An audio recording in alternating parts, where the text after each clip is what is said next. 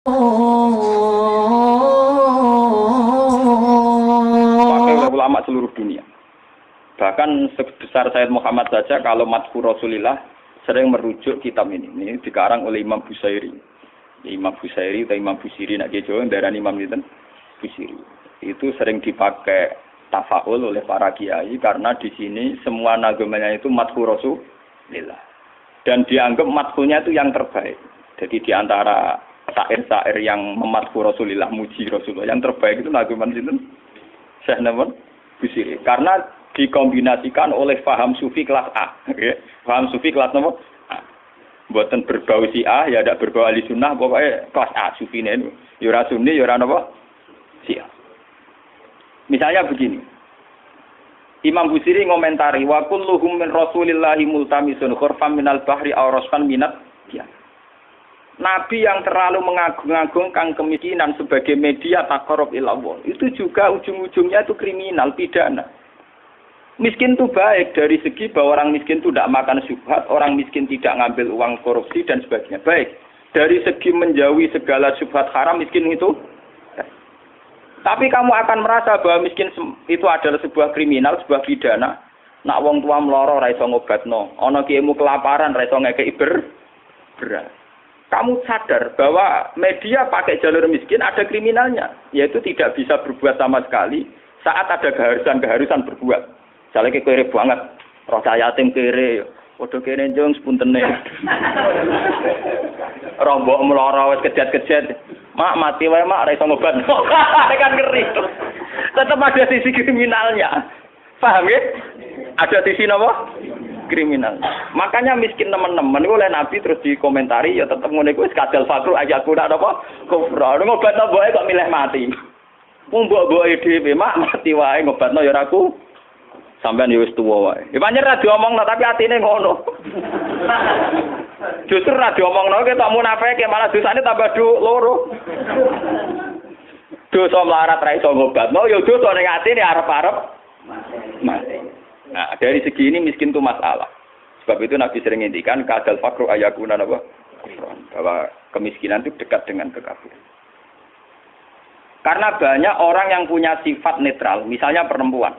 Perempuan itu butuh makan, butuh lipstik, butuh apa saja. Kadang netral.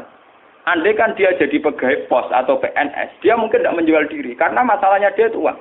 Yang netral ya, yang tidak soleh betul ya tidak jahat betul ya. Yang masih apa? Akhirnya ujung-ujungnya dia terjerembab ke dosa menjual diri karena miskin. Dan dia mendapatkannya rezeki hanya lewat itu. Ini termasuk miskin akhirnya menjerumuskan dia ke lembah nawahi. Artinya saya katakan netral begini, andai kan dia dapat rezeki yang lain, itu mungkin tidak sampai sini. Makanya mengecualikan sing soleh kelas A, meskipun miskin tidak zina, atau yang mentalnya nakal meskipun juga tetap zina. Ini contoh yang netral yang masih dipisah dipengaruhi uang. Banyak contoh-contoh miskin yang akhirnya masalah, yaitu kelihatan di bab jihad. Kabeh sahabat itu nangis. Ketika Nabi mewajibkan jihad dengan perlengkapan perang, itu sahabat-sahabat yang marah mesti nangis. Tawallau wa ayunuhum tafidu minad dam'i hazanan alla yajidu mayun fikum. Karena perang itu dengan begitu banyak peralatan, energi, persiapan dan sebagainya. Tiap ono kewajiban perang sahabat yang marah-marah itu nangis. Karena mereka sadar tidak bisa berbuat banyak. Artinya apa? Kalau kamu menjadikan miskin sebagai media taqarrub ila Allah dan itu satu-satunya ternyata juga banyak masalah. Sehingga nggak bisa diatur. Malah kalaupun ini benar, ya kata yang ngarang Burda itu tetap hikmah. Miskin itu tetap baik dari segi tidak makan barang haram, dari segi babil kafi dia baik, tidak makan barang haram. Tapi ada masalah. Lah ini oleh Burda disebut nuqtatul ilmi. Apa yang dialami Nabi Ayub hanya sekelumit ilmu, sekelumit hikmah. Begitu juga yang dialami Nabi Sulaiman. Untuk senang Allah saja kok nunggu kaya raya gitu. Mayoritas orang kan tidak kaya. Kalau untuk senang Allah harus kaya dulu, orang nggak bisa senang Allah semua. Karena untuk senang Allah harus kaya. Saya tuh punya banyak tetangga di Sarang, di Rembang, di mana-mana kalau survei. Sebagian masyarakat, kiai itu bertahajud, esok mulang Quran, bariku duha, berduha di madrasah bariku. Sebagian masyarakat yang tidak dolim-dolim amat ya, mereka orang baik loh ya. Kecuali wong nakal manjen ra seneng kiai. Nah, kiai ramen ibadah pilih Gus. Ndene ora mikir blonjo. Orang mikir napa? Belanja. Dia tidak mikir uang harian. Artinya ternyata kiai yang mapan juga tidak jadi percontohan yang baik. Karena kemudian masyarakat yang soleh yang tidak mapan menganggap kiai sergap ibadah itu dipenuhi ibadah karena dia berkecukupan. Umpama daerah kecukupan, Gus. Macul sik lagi kelar sholat. Ya bercocok tanam dulu baru kelar ngajar kelar sholat. Intinya, andai kan kiai itu mapan semua, tentu orang akan bilang bahwa mereka tenang ibadah, tenang ngajar karena berkecukupan. Itu juga tidak contoh yang baik, paham ya? Paham ya? Itu juga tidak contoh yang Rasulullah itu tidak begitu semua. Faqad nabiyina fi khalqin wa khuluqi walam yudanuhu fi ilmi walaka. Walam yudanuhu fi ilmi. Kalau Nabi itu bisa dua-duanya. Beliau ketika perang Khandaq, perang Dzatil Usra itu ada cerita paradok dan itu Nabi benar-benar bahrul ilmi, lautan apa? Ilmu. Kita tahu dalam perang itu Sayyidina Utsman itu nyumbang 50 kuda. Sekian ratus onta, sekian ratus arba'atu alafi dinarin. Cara tadi hampir 4 miliar. Sumbangan di sinten tadi sinten? Sinten Sayyidina Utsman, Tolha, Zubair. Itu rata-rata sumbangannya di atas 200 juta. Sahabat yang miskin-miskin itu sampai kurma satu saja diisep orang dua, saking miskin. Ada yang bawa kurma satu ikat. Dan dalam perang itu diceritakan Nabi itu saking laparnya itu perutnya diganjel mbek watu.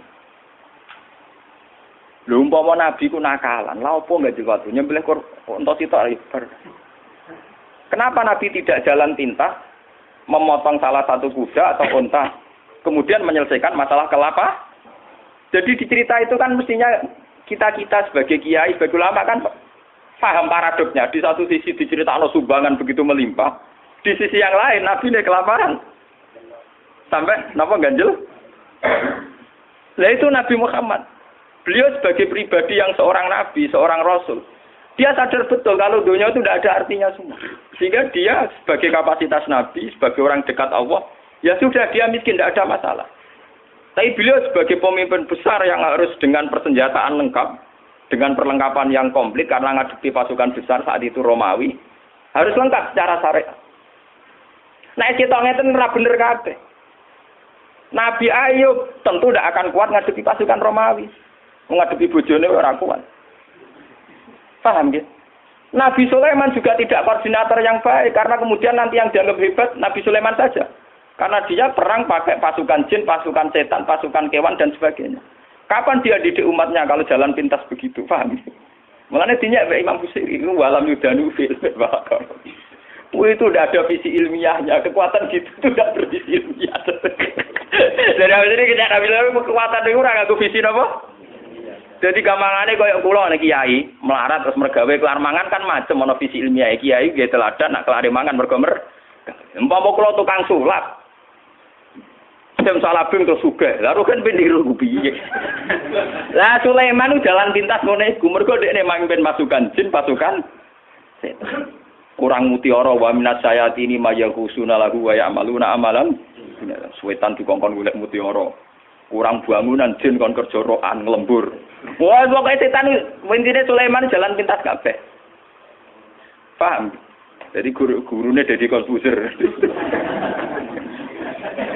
Mulane dinyek, apik saya bilang umpama sisi kebaikannya Sulaiman itu hanya satu, bahwa semua kebesaran itu ternyata tidak dipakai selingkuh, tidak dipakai zalim itu saja. Tapi itu bagaimanapun hanya nuqtatul ilmi, titik ilmu, tapi tanpa visi. Bandingan dengan Nabi Muhammad, sing sugih ngetokno sugih, rupa-rupane iso bina Sayyidina Utsman nyumbang kekayaannya untuk perang. Sing kere koyo Rukin yo ora tomak terus njaluk sapi disembelih sitok. Tetep dekne jihad, senajan to nggawa sak gegaman sehingga uang yang melimpah dari para donatur kaya tidak nggo makani Rukin. Mergo Rukin yo nggawa bekal de. Artinya apa? Sing kere yo jihad, sing sugih yen apa? Nabine ora kedungsangan enak-enakan nyembelih sapi. Kere bareng-bareng toleransi mbek Rukin. Lah itu jenenge bahrul ilmi. Nabi memang orang yang luar. Kulo nu ora akeh lah tak tiru. Kulo nu piye melarat secara pribadi. Kulo sebagai ulama, sebagai wali, sebagai orang dekat Allah itu ya biasa nganggep dunia ora ana artine kan. Ojo wali cara versine sampean, wali cara versi sampean kudu keramat, kudu heboh. Wali cara Quran itu gampang. Allah seneng wong mukmin. Allah waliyul ladzina napa? Aman. Asal kowe mukmin itu senengi pangeran. Ya cuma tingkat seneng ini kan sesuai kadar iman. Iman mbek ngontak ngantuk mbek bingungan ya Allah senenge ya. Iman kok aman. Jadi kamangane ngene lho pangeran mbek sampean jagal ini mulai kenal aku, mulai roh donga kok amen cerita kepentingane kowe iku kapan roh kepentinganku dari. Sampeyan donga ora nglapor kepentinganem. Kowe tahu donga ngene ya Allah, saya ingin melihat Indonesia yang sergap salat, sergap jamaah kan gak tahu. Kepengenem yo ra utang sugih. Mau mbok lapor kepentingan pribadi. Allah sebagai zat yang mimpin alam global kowe ku nyamuk. Pribadi ora penting. Loro oke. Malah napa? Loro. Kalau balik iman ini. Imam Busiri itu imam yang dianggap cara madhah ning Rasulullah, muji Rasul itu yang paling komplit berdasar ilmu napa? Hakikat.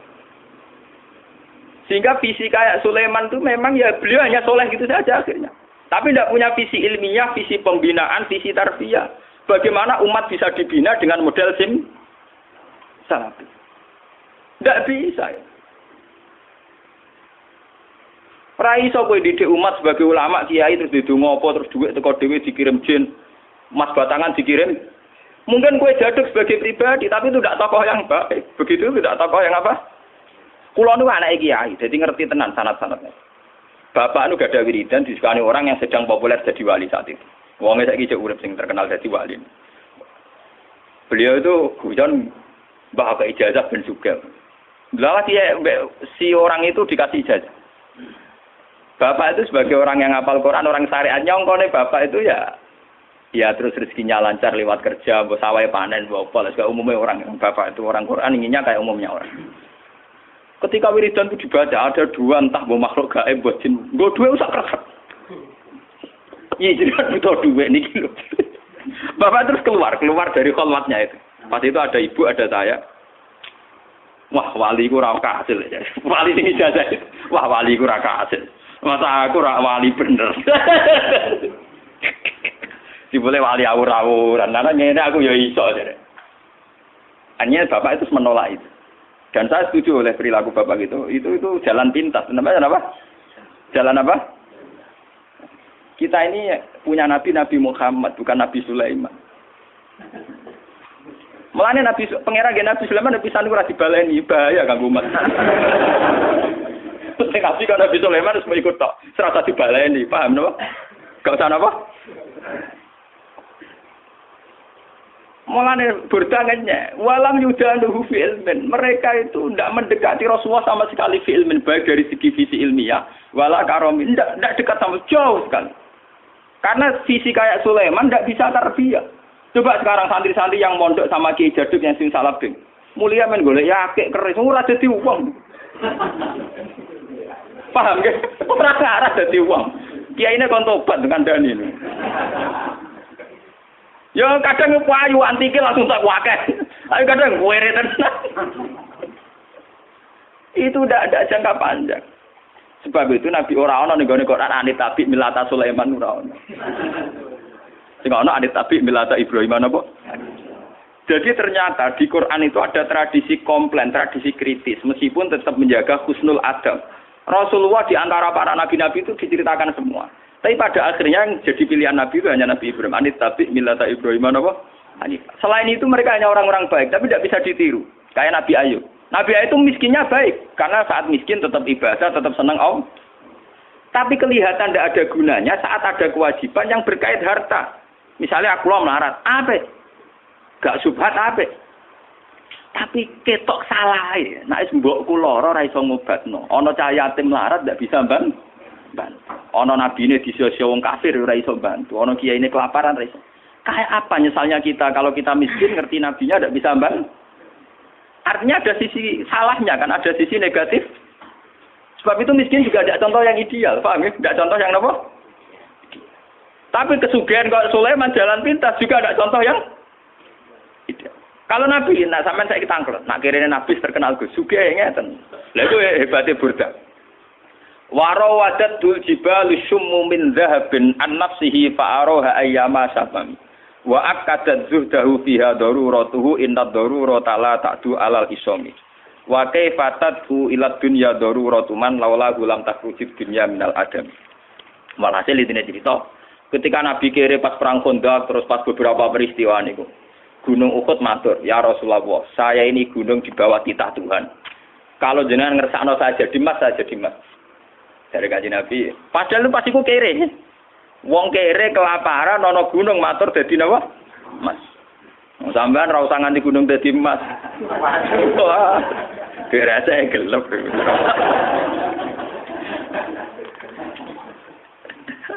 Lalu diambil wong akeh gara-gara sesuk nu rembang pilkada. Aku lalu kan tak tiang lagi jenengan temu tiga lah. Aku akhirnya yuk. Saya ora tau niat menghindar, pangeran sing ngatur. Aku dhisik pas pilihan riyen pas 5 April pas caleg napa? Pilek. Gendala pas ning Mekah, lah iki pas pilihan Rembang lala kan yo jelas semua aku alami. Kowe nyalano pangeran kono aku ya alami pokoke aku agar rahat akhir bulan mara putih. Ya aku ya alami. Berarti jenengan ra golput. Kowe nek eling pangeran nek takok ngono. Pangeran nek diraku golput. Nyebut pangeran kok susah. Wong mukmin kok nyebut pangeran apa? Susah. Sekali-kali ngene, Gus Bah ditakdir pangeran ora ro ngono. Sekali-kali muni pangeran, to ben ra nyual teman-teman. Nak kabeh sing ngono iku kersane napa? Senane kok nyual wong alim kok. Langsung mriyang. Nggih Gus kabeh kersane bener. Ya kabeh kersane pangeran termasuk pangeran ngertakno kowe melok bingung aku ora. Ora kok dadi bupati kok melok bingung goblok. Ae dadi wong mukmin kok bingung kowe ora melok dadi kok melok. Nak Rembang dipimpin wong dolim piye Gus nak dipimpin wong saleh piye. Ya takdire pangeran gaya aku ora bingung gawe kowe. Nah ketoke bener aku kata. Kok ciri utama wali ku la khaufun alaihim wa lahum yahzanun. Berarti parkaku cara tarif wali. Iki kok lahum yahzanun. Gak wati su. Ora pati susah, ora pati ri. Ciri utama takrif wali kan la khaufun alaihim wa lahum yahzanun. Nah, lo bingung terus iki ada. Wah, iyo kapan apa nak niru jenengan yo latihan. Emas gunung Uhud itu matur Kanjeng Nabi dadi emas. Kanjeng Nabi moh. Lah niki hebate sing aran Burda. Ketika Kanjeng Nabi menolak, padahal beliau secara lahir mendesak butuh harta untuk kekuatan perang, kekuatan jihad, kekuatan li'ilai kalimatillah. Jarene Burda nak ngelem Kanjeng Nabi, wa fatat ila dunya daruratuman laula gulam takhrujid dunya minal adam. Anane donya sak donya iki kabeh mek Kanjeng Nabi ra dhisik Kanjeng Nabi. Kanjeng Nabi itu Nur Muhammad diciptakan Allah itu 2000 tahun sebelum alam raya ini. Bagaimana orang yang diciptakan lebih dulu butuh hal yang kemudian.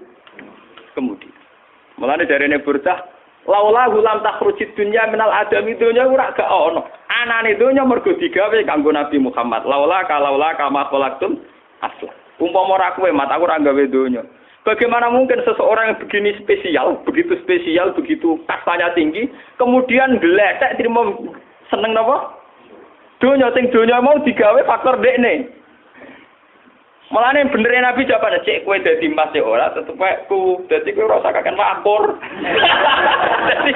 Intine lah aku iku wong kowe digawe krana aku malah marahi aku. Lha kowe pate Kanjeng Nabi Sulaiman ra paham muni paham, Nabi Sulaiman gak paham. Dadi jek ada ilmu Kanjeng Nabi jek napa?